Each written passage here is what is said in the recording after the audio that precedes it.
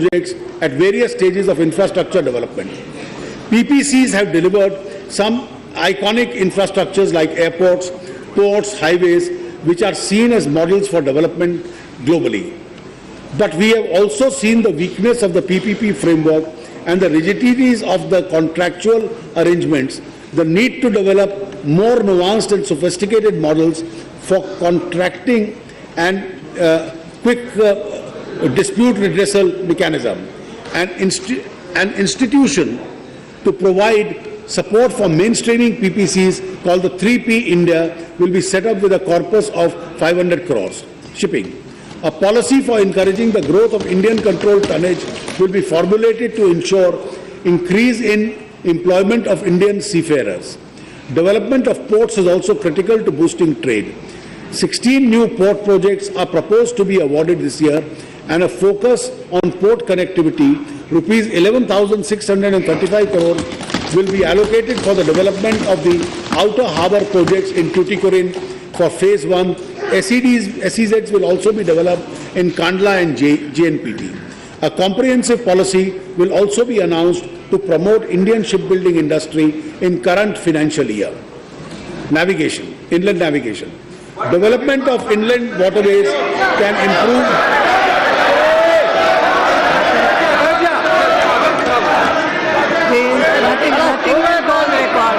Nothing will go on record.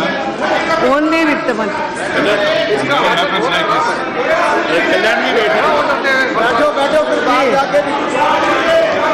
House के अंदर भी और बाहर भी शोर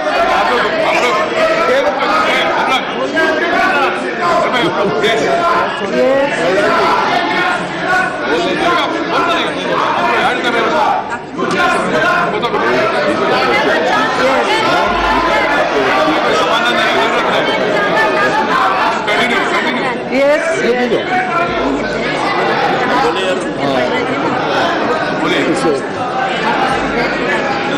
Development of inland waterways can improve vastly the capacity for transportation of goods. A project of River Ganga called the Jal Marg Vikas will be developed from Allahabad to Haldia to cover a distance of 1620 kilometers, which will enable commercial navigation of at least 1500 tonnage vessels.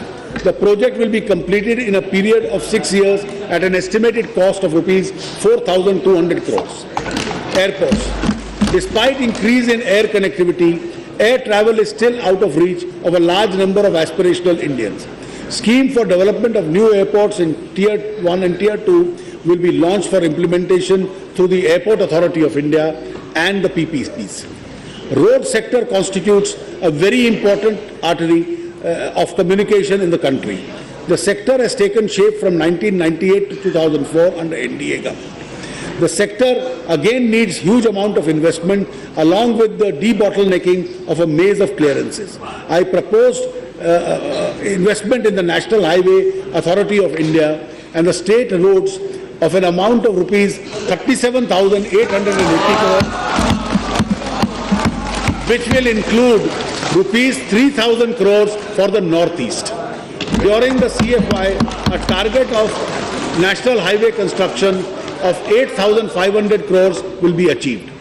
A modern nation needs multiple sources of transportation. A country of India's size must have a transport network which can ensure faster travel across the cities which are geographically distant. This will also improve the supply chain in transporting goods across cities. We will initiate work on selective expressways in parallel to the development of industrial corridor. A project preparation of NHAI shall be set aside. For project preparation, NHAI will be set aside a further sum of rupees 500 crores. Power. To promote cleaner and more efficient thermal power, I propose to allocate a sum of rupees 100 crores for preparatory work of the new scheme called the ultra-modern supercritical coal-based thermal power technology.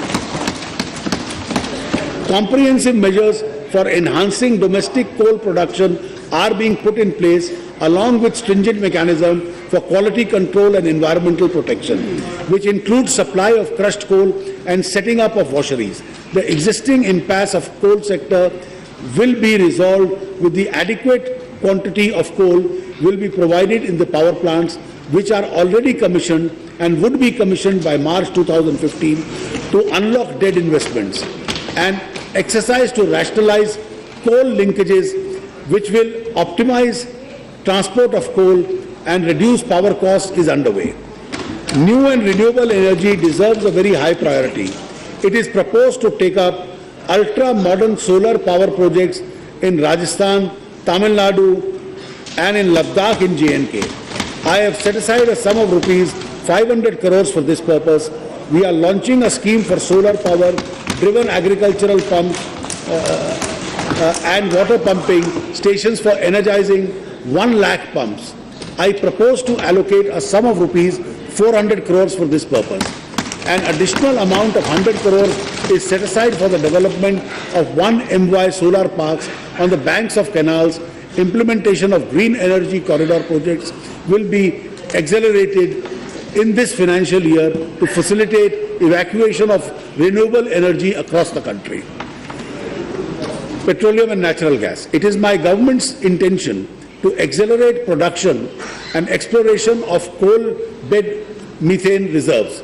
The possibility of using modern technology to revive old and closed wells still will be explored to maximize production from such fields. The usage of PNG will be rapidly called up in the mission mode as it is clean and efficient to deliver. We have at present 15,000 kilometers of gas pipeline systems in the country.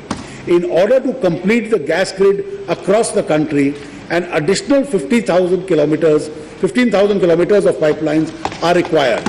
It is proposed to develop these pipelines under appropriate PPP models. This will help in increasing the usage of gas, domestic as also imported, which in the long term will be beneficial in reducing dependence on any one energy source. Mining. It is my government's intention to encourage investment in the mining sector and promote sustainable mining practices to adequately meet the requirements of industry without sacrificing environmental concerns. The current impasse in the mining sector, including iron ore mining, will be resolved expeditiously. Changes, if necessary, in the MMRD Act would be introduced to facilitate this.